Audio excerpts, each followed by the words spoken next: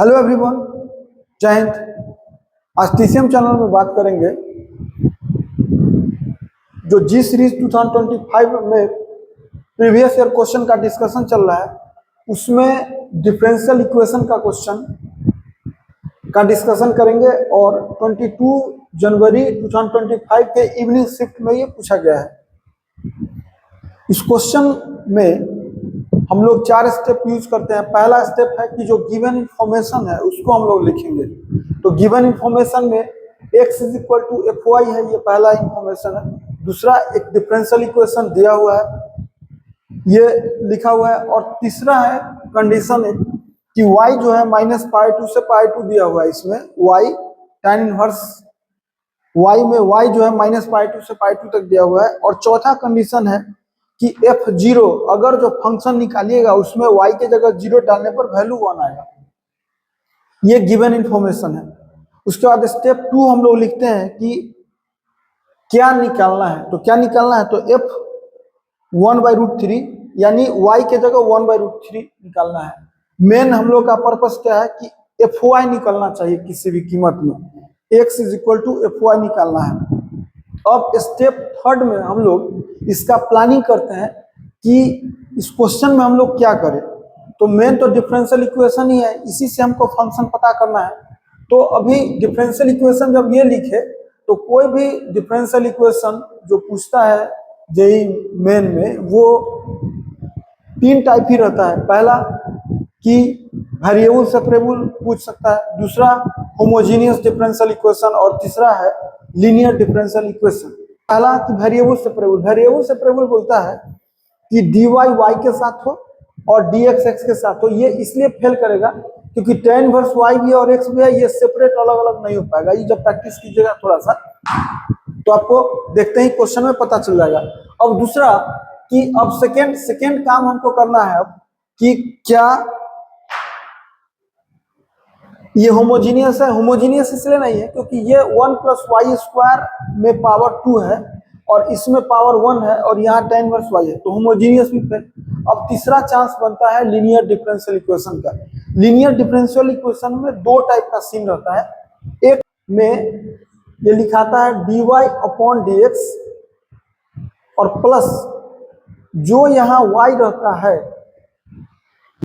यही y यहाँ रहता है dy, और यहाँ fx और यहाँ gx। एक टाइप का ये रहता है। अब देखिए dy/dx जो है साथ में प्लस में y कहीं पावर 1 होना चाहिए, यहाँ पावर 2 है, इसलिए ये भी फॉर्मेट नहीं आएगा लीनियर डिफरेंशियल इक्वेशन का। एक फॉर्मेट दूसरा रहता है, वो देखिए लीनियर डिफरेंशियल इक्वेशन का वो रहता है dx/dy प्लस, चूंकि यहाँ x है तो यहाँ भी x रहता है और यहाँ रहता है fy और यहाँ रहता है gy, y का फंक्शन। इसको बोलते हैं लीनियर डिफरेंशियल इक्वेशन। अब हमको इसी पर चांस बनता है, यानी हमको किसी भी कीमत में dx/dy चाहिए। तो हम क्या करें, अभी पहले हम इसको लिखते हैं, एक लाइन बढ़ा देते हैं। इसको लिख सकते हैं x + 2 × e⁻ tan inverse y dy/dx। और चूंकि हमको इसको राइट साइड ले जाएंगे -1 + y² हो गया। अभी हमको dx/dy चाहिए तो क्रॉस गुना कर देते हैं। तो अगर हम क्रॉस मल्टीप्लाई करें तो लिखाएगा dx/dy और इसको पूरा को डिवाइड कर देते हैं इसमें, तो लिखाएगा -x/1 + y² और फिर लिखाएगा -2e⁻ tan inverse y/1 plus y square. अभी अभी d y d x by d y plus तब एक्स चाहिए, तो हम लोग इसको एक्स को चूंकि हमको यहाँ चाहिए इसके साथ, इसलिए हम इसको लेफ्ट साइड कर लेते हैं। तो लिखेंगे d x upon d y plus 1 by 1 plus y square, ये एक जगह कर दिए, इंटू में एक्स शो कर दिए। क्यों? क्योंकि d x upon d y plus f y into x होना चाहिए, तो हम एक्स को अलग कर दिए ताकि क्लियर पता चल जाए कि एफ वाई कितना होगा। और इधर वैल्यू हो गया -2 e to the power tan inverse y by 1 plus y square. अब यहां से कंपेयर कीजिएगा दोनों का, तो क्लियर हो गया कि एफ वाई जो है वो है 1 बाई 1 प्लस वाई स्क्वायर, और जी वाई इक्वल के राइट साइड, चूंकि जी वाई इक्वल के राइट साइड होता है, तो जी वाई कितना होगा? तो जी वाई होगा -2 e to the power tan inverse y by 1 plus y square. अभी तक प्लानिंग के हिसाब से हम लोग ये पता कर लिए कि ये लीनियर डिफरेंशियल इक्वेशन है, और उसमें एफ वाई क्या होगा, जी वाई क्या होगा। आप लीनियर डिफरेंशियल इक्वेशन में एक चीज आपको जानना होगा कि इंटीग्रेटिंग फैक्टर जो होता है, इंटीग्रेटिंग फैक्टर वो लिखाता है e to the power indefinite integration f y d Y.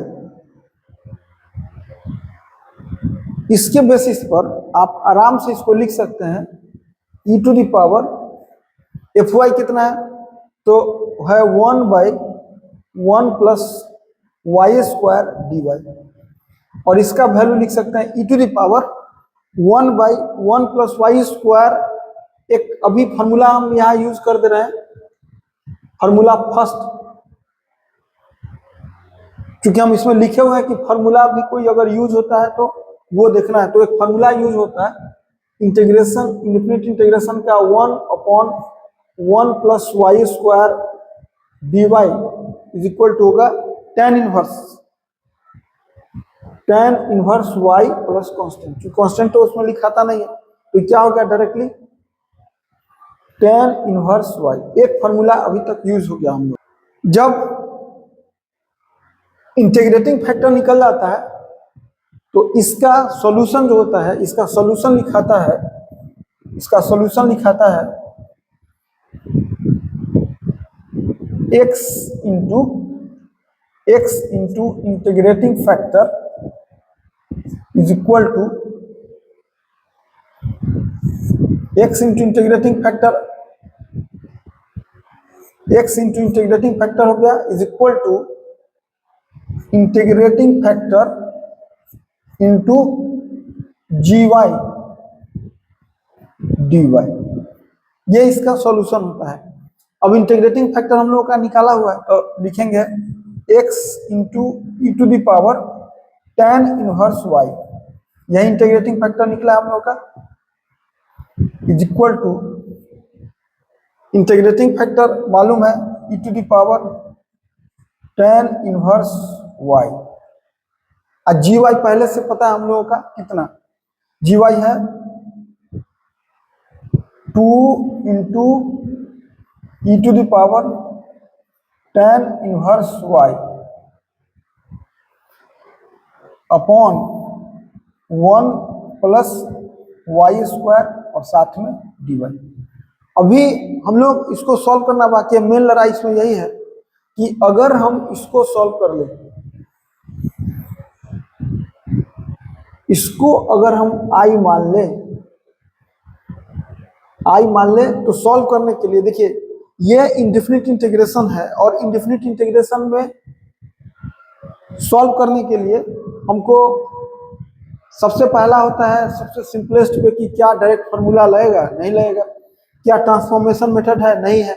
तब तीसरा सीन में होता है सब्स्टिट्यूशन मेथड। सब्स्टिट्यूशन मेथड में एक होता है सिंपल सब्स्टिट्यूशन, अलग अलग सब्स्टिट्यूशन, ये सिंपल सब्स्टिट्यूशन से ही बन जाएगा। कैसे?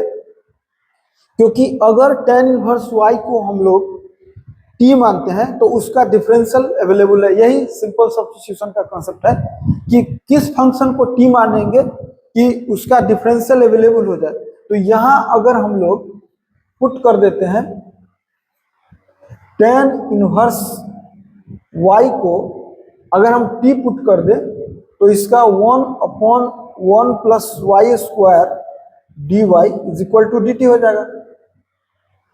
तो इसके हिसाब से इस इंटीग्रेशन का जो वैल्यू होगा वो होगा e to the power t, और 2 तो बाहर है तो कांस्टेंट है तो 2 बाहर चला आएगा, into e to the power t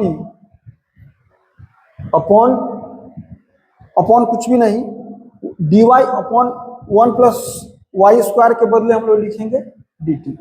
इसको हम लोग लिख सकते हैं 2 e to the power 2t dt।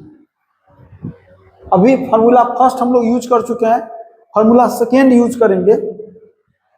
आप जानते हैं कि एक्सपोनेंशियल का जो इंटीग्रेशन होता है वो वही होता है, लेकिन एक बात ध्यान इसमें रखना है कि जो t का कोफिशिएंट है उससे डिवाइड होगा कांस्टेंट से, तो बाई 2 होगा और प्लस c, 2 से 2 कैंसिल हो गया, यानी e to the power 2t, और t जो है वो माना हुआ है तो हम लोग लिख सकते हैं कितना, e to the power 2 into tan inverse y plus c। अभी फार्मूला के तौर पे फार्मूला सेकेंड एक यहाँ यूज कर दिए, F2 कर सकते हैं। दूसरा फार्मूला वो ये है कि integration of e to the power x dx जो होता है वही होता है। ये फार्मूला 2 यूज कर दिए। ये फार्मूला यानी अभी तक 2 फार्मूला इसमें यूज हो गया, एक फॉर्मेट यूज हुआ है। अब हम लोग इसका लिखेंगे वैल्यू, तो लिखेंगे यहाँ पे x into e to the power tan inverse y is equal to, इसका इंटीग्रेशन निकल चुका है हम लोग का कितना, e to the power 2 tan inverse y plus c। अभी तो चूंकि हमको x is equal to f y दिया हुआ है, यानी x हमको यहाँ सिंगल चाहिए, तो हम x आराम से निकाल लेंगे। अभी x कितना होगा, तो अब इससे डिवाइड कर दीजिए, तो e to the power 2 tan inverse y में डिवाइड कर देते हैं e to the power tan inverse y से, और plus c upon e to the power tan inverse y होगा। अभी आप जानते हैं a to the power m upon a to the power n, तो फॉर्मूला होता है a to the power m minus n, तो इसलिए इसको हम लोग लिख सकते हैं अगला स्टेप में, सब इम्प्लाई दैट लिखाएगा। अगला स्टेप में लिख सकते हैं हम लोग x हम लोग का तो लिखा गया, और x इंडायरेक्टली एफ वाई हो गया, x हो गया f y is equal to e to the power tan inverse y plus c into e to the power minus tan inverse y, यानी हम लोग का एफ वाई अभी तक निकल गया। अब हम लोग को क्वेश्चन में दिया हुआ है f0 इज इक्वल टू 1 है, यानी y के जगह f0 डालेंगे। तो अभी देखिए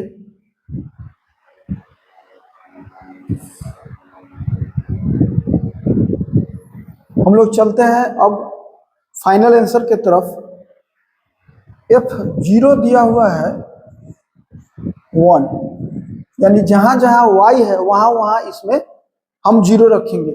तो f0 बोले तो क्या लिखाएगा, e to the power tan inverse 0 plus c into e to the power minus tan inverse 0 is equal to 1। tan inverse 0 होता है 0, फिर एक वैल्यू लिखना है, यानी ये हो गया e to the power tan inverse 0 0 plus c into e to the power 0 is equal to 1। e to the power 0 1 होता है, 1 plus c is equal to 1, imply that यहाँ से c का वैल्यू 0 निकल गया। जो ही c का वैल्यू 0 निकला तो एफ वाई हम लोग का आ गया कितना, direct x is equal to f y आ गया हम लोगों का e to the power tan inverse y। अब क्वेश्चन पूछा है कि f 1/√3 पूछा, तो आपसे पूछा कि e to the power tan inverse 1/√3, tan inverse 1/√3 कितना होता है, π/6 होता है, तो इसका वैल्यू कितना हो गया e टू द पावर π/6। तो इसका जो फाइनल आंसर हुआ वो हो गया, इसका फाइनल आंसर हो गया e to the power π/6, fourth answer. और आज की क्लास में इतना ही, थैंक्स।